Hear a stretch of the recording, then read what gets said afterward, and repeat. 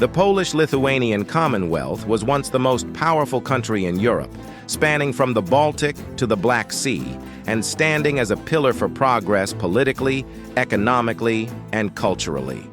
The Union of Lublin was a landmark agreement that formed the Commonwealth. Prior to this union, Poland and Lithuania had been linked by a personal union under a shared monarch, starting with the Union of Prowess in 1385. However, the Union of Lublin went much further, merging the two sovereign entities into a single, cohesive Commonwealth. This new political entity was characterized by a unified parliament, the Sejm, a common foreign policy, and mutual defense obligations. Despite this integration, both Poland and Lithuania retained their own armies, treasuries, and legal systems, reflecting a remarkable balance between unity and autonomy. The driving forces behind the Union of Lublin were manifold. For Poland, the Union offered a strategic advantage in countering the growing threats from neighboring powers such as the Teutonic Knights, Muscovy, and the Ottoman Empire. For Lithuania, the Union provided much-needed military support against the relentless advances of the Grand Duchy of Moscow. Additionally, the Union facilitated economic integration, allowing for the free movement of goods and people across a vast and diverse territory. One of the most distinctive features of the Polish-Lithuanian Commonwealth was its elective monarchy, a system unparalleled in contemporary Europe. Unlike the hereditary monarchies that dominated the continent, the Commonwealth's kings were elected by the nobility through a sophisticated and highly participatory process known as the free election. This system was enshrined in the Henrician Articles of 1573, which outlined the rights and privileges of the nobility and the obligations of the monarch. The elective monarchy underscored the Commonwealth's commitment to political inclusivity and the principle of shared governance. Every noble, regardless of wealth or rank, had the right to participate in the election of the king, reflecting a form of proto-democratic practice. This system not only ensured that the monarchy was accountable to the nobility, but also fostered a sense of political unity and common purpose among the diverse and often fractious noble class. However, the elective monarchy also presented challenges.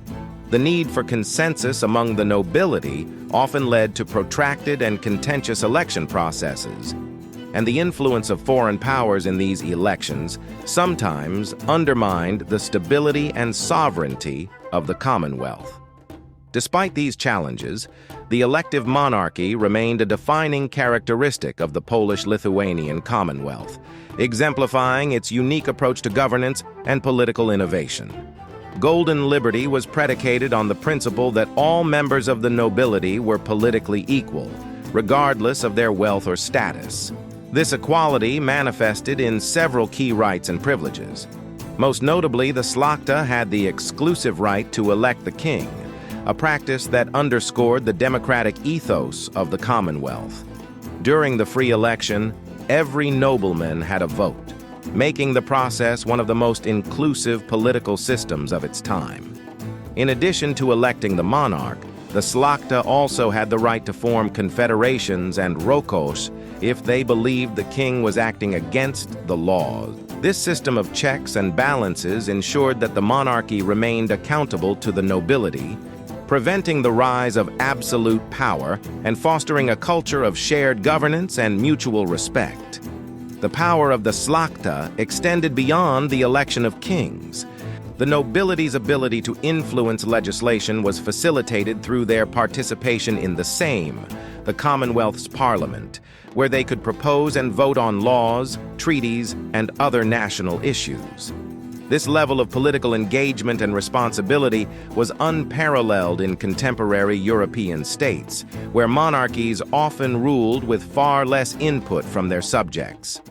The Senate comprised the highest-ranking members of the nobility, including bishops, voivodes, and castellans, who served as advisors to the king. The Senate's role was to provide counsel on matters of state, legislation, and foreign policy. Though influential, its power was balanced by the more numerous Chamber of Deputies. The Chamber of Deputies was composed of representatives elected by the regional assemblies of the nobility. These deputies wielded substantial power, particularly in financial and legislative matters.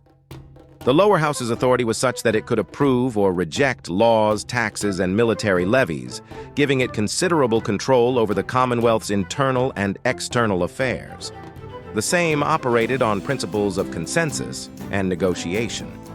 While this often led to lengthy deliberations and the occasional paralysis of decision-making, it also ensured that diverse voices and interests were represented. The liberum veto, a practice whereby any deputy could nullify all decisions made during a session by declaring their opposition, epitomized the principle of unanimous consent.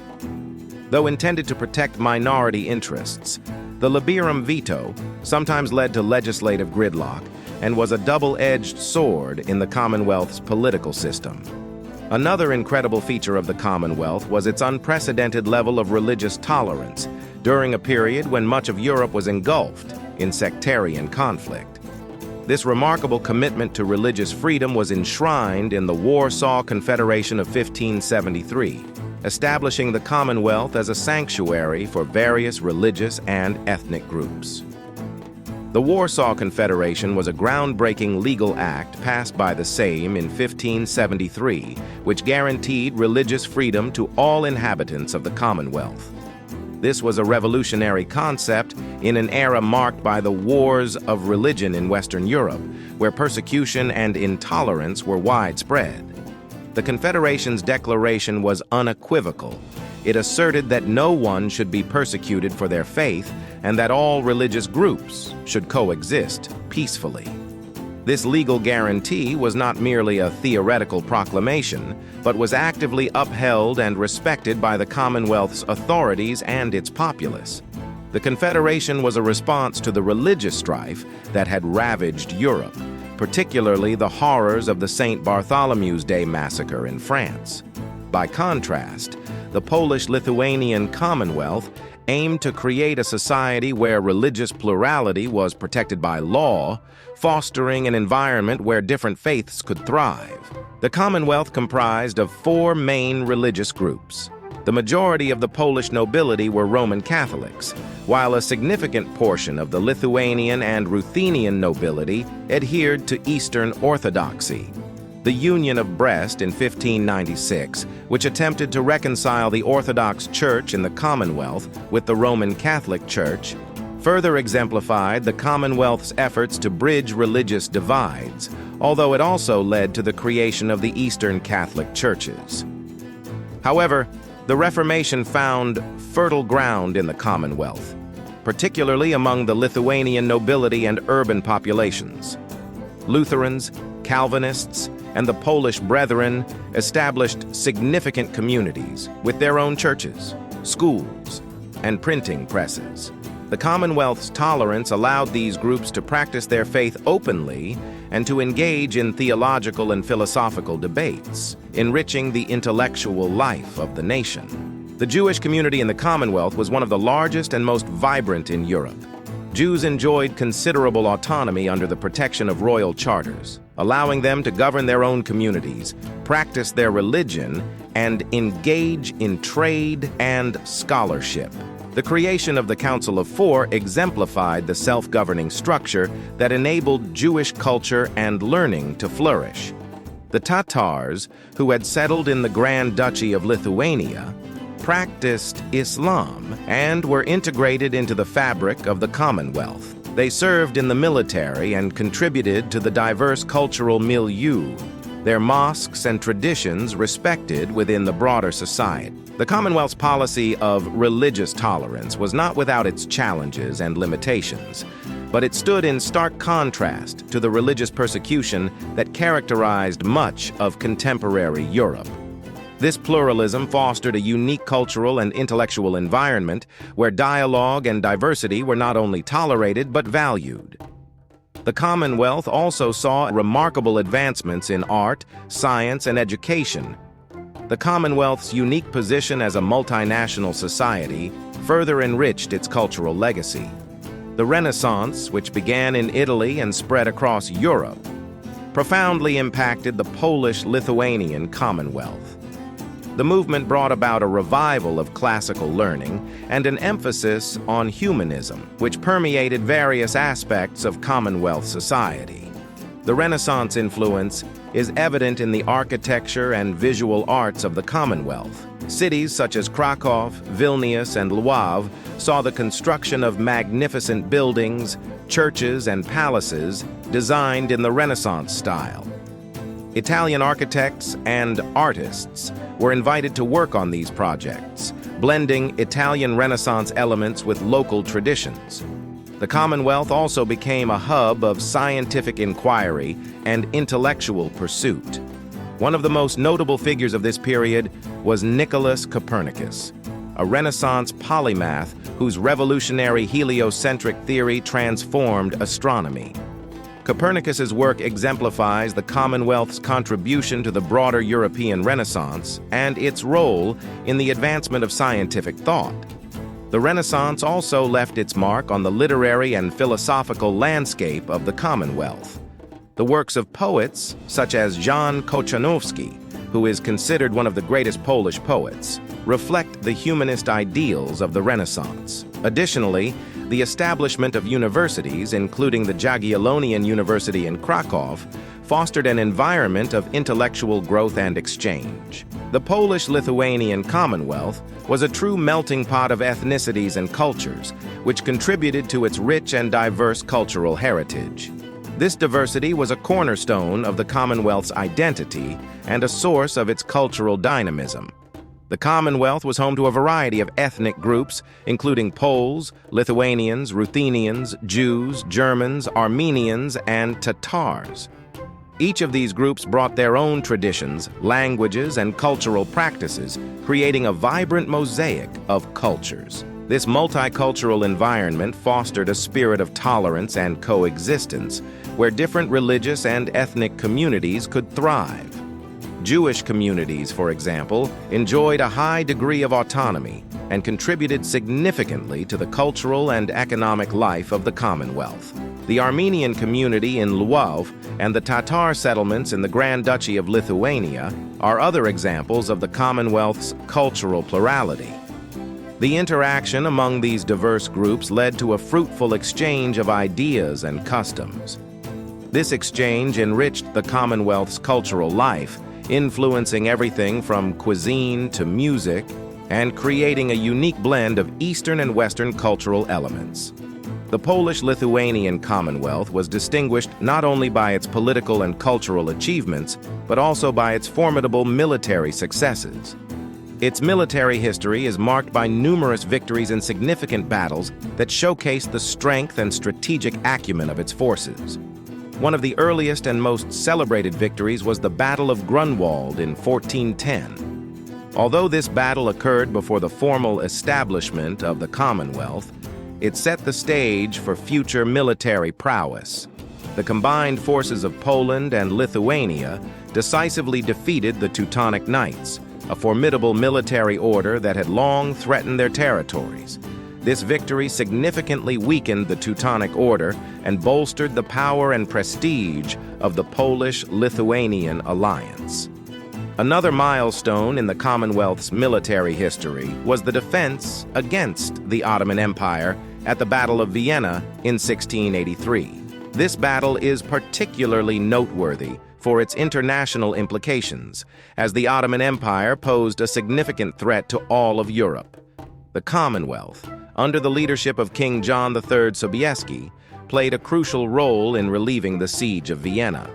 Sobieski's daring and strategic military intervention not only saved the city, but also marked a turning point in the struggle against Ottoman expansion into Europe.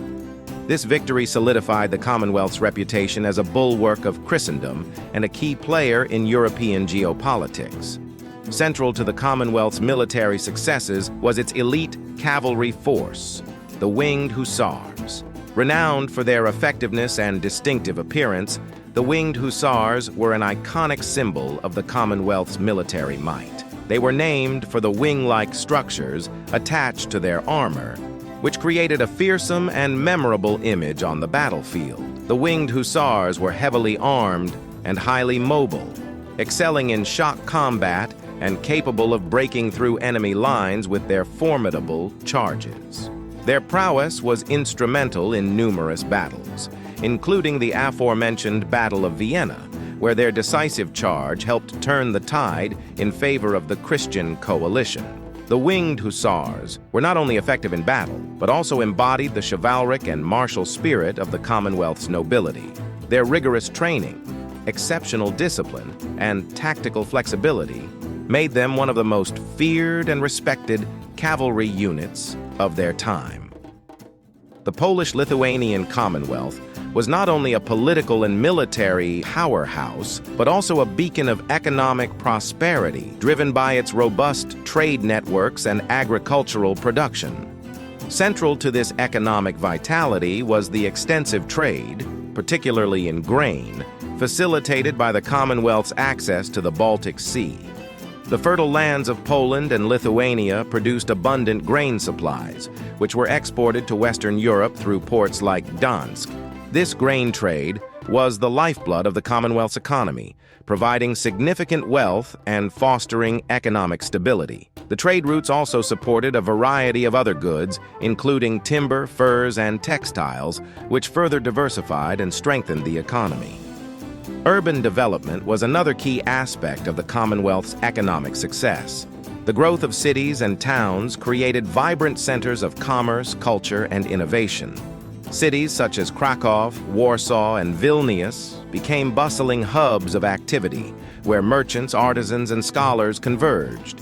These urban centers were not only economic powerhouses, but also cultural melting pots, contributing to the dynamic and diverse character of the Commonwealth. The rise of towns facilitated greater economic specialization and the development of infrastructure, such as roads and marketplaces, which supported further economic growth and integration. The legal and social systems of the Commonwealth were instrumental in maintaining its stability and fostering its unique aristocratic culture. The Statutes of Lithuania, a comprehensive codification of laws, played a crucial role in governing the Grand Duchy. These statutes effectively blended local traditions with Polish legal principles, creating a cohesive legal framework that ensured justice and order. The statutes covered various aspects of governance, from criminal law to property rights, and were periodically updated to reflect changing societal needs and conditions. This legal codification helped to unify the diverse territories of the Grand Duchy and facilitated smoother administration and governance. At the heart of the Commonwealth social system was the szlachta, the nobility, whose privileges and responsibilities were foundational to the state's political and cultural identity. The szlachta enjoyed extensive legal and social privileges, which were enshrined in various laws and traditions.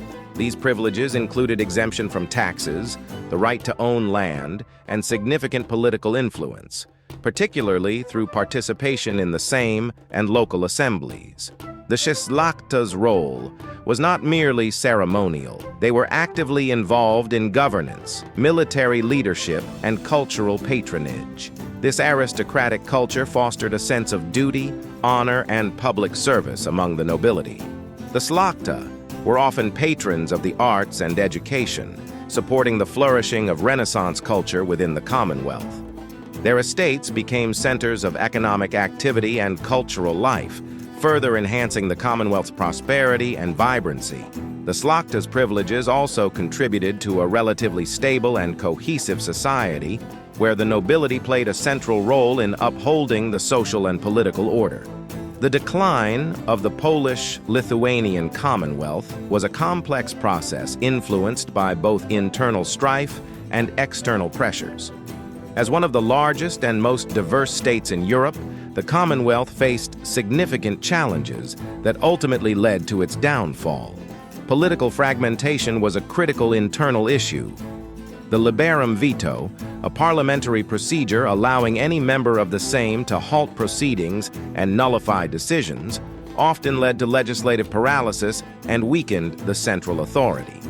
This system intended to protect the nobility's rights, ironically contributed to the state's inability to reform and respond effectively to emerging threats.